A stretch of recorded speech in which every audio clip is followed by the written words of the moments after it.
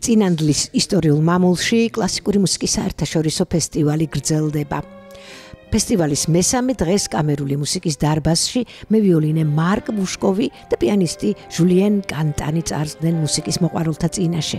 მათ სერგეი პროკოფიევის, კლოდ დებიუსისა და სეზარ ფრანკის ნაწარმოებები შეასრულეს. საღამოს კონცერტზე კი სცენაზე პიანისტი სერ ანდრას შიფი ავიდა. კლასიკური მუსიკის მოყვარულებს გამორჩეული მუსიკოსების მოსმენის შესაძლებლობა წინანდლის მამულში 10 დღის განმავლობაში ექნებათ. ეს წინანდლის ფესტივალის მე-7 წელია. ყოველ წელს ფესტივალი იზრდება. ხედავთ მეტ საერთაშორისო სტუმარსაც. შესაბამისად, სწორ გზაზე ვდგავართ და მეამაყება, რასაც მივაღწიეთ. წინანდალი საქართველოა და საქართველო ძალიან უყვართ და პატივს სცემენ. თქვენ უამრავი ფანტასტიკური არტისტი გყავთ, რომლებსაც მთელ მსოფლიოში იცნობენ.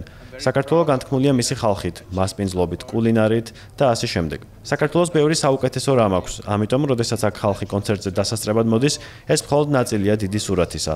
ჩვენ გვინდოდა აქაურობა მიმზიდველი გამხდარიყო საერთაშორისო ტურიზმისთვის. იმედი მაქვს, რომ წლების განმავლობაში წინანდალი კიდევ უფრო გაიზრდება. როგორც იცით, აქ შენდება ახალი საკონცერტო დარბაზი. 2 უკვე გვაქვს, ახლა კი მესამეც დაემატება.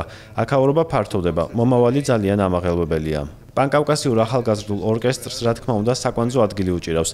ის შედგება 100 ახალგაზრდა მუსიკოსისგან, რომლებიც ამ რთული რეგიონის სხვადასხვა ქვეყნიდან არიან. შეიძლება მათი მშობლები ერთმანეთს არც ესაუბრებიან, მაგრამ შვილები ურთიერთობენ ერთმანეთთან.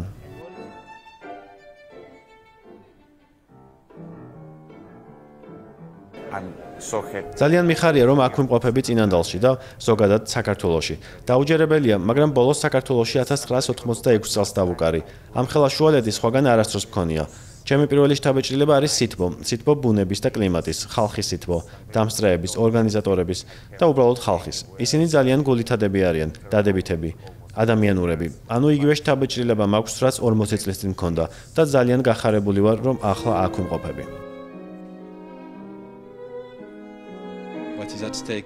აქაურობა ნამდვილი სილამაზეა, შესანიშნავი ლანდშაფტი, ნამდვილი სიყვარული. ხედავ რა შეიქმნა ამ ისტორიულ ადგილას და ეს ფანტასტიკურია.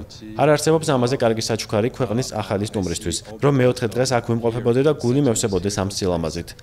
გულწრფელად გეტყვით, რომ პირველად ამ ფესტივალის შესახებ ალჟირში შევიტყვე. ჩვენი ელჩი ფრანსუა გუიე, რომელიც შესანიშნავი დიპლომატი და მუსიკის მოყვარულია, აქ ხშირად ჩამოდის. არაბულ სამყაროში ყველას უყვებოდა ამ ფესტივალის შესახებ. რამდენად ხარისხიანია ის, რამდენად კარგი არტისტები უკრავენ და რამდენი ახალი შესანიშნავი მუსიკოსი აღმოაჩინა აქ. ეს საჩუქარია კაცობრიობისთვის. იმედი მაქვს, ეს ფესტივალი კიდევ გაიზრდება და გამშვენიერდება.